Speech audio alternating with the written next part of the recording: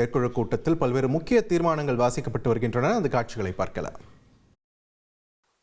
சிறப்பு தீர்மானம் 2 அதை வாசிப்பதற்காக உறுப்பினர் சேர்க்கை மாநில செயலாளர் திருமதி விஜயலட்சுமி அக்கா அவர்களை அன்புடன் அழைக்கிறோம்.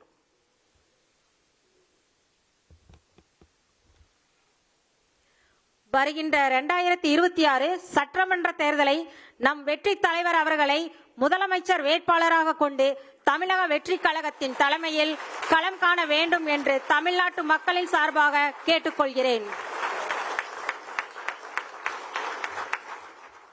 வருகின்ற 2026 சட்டமன்ற தேர்தலை நம் வெற்றி தலைவர் அவர்களை முதலமைச்சர் வேட்பாளராக கொண்டு தமிழக வெற்றி கழகத்தின் தலைமையில் களம் காண வேண்டும் என்று தமிழ்நாட்டு மக்களின் சார்பாக கேட்டுக்கொள்கிறேன்.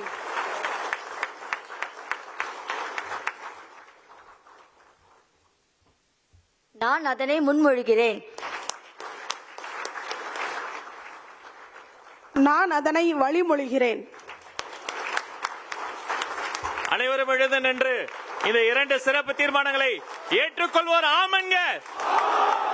2 தீர்மானங்களும் ஒருமனதாக நிறைவேற்றப்பட்டது. ஒரு அரங்கம் நிறைந்த கரவொலியை நம்முடைய தலைவர் கொடுத்துடலாம்.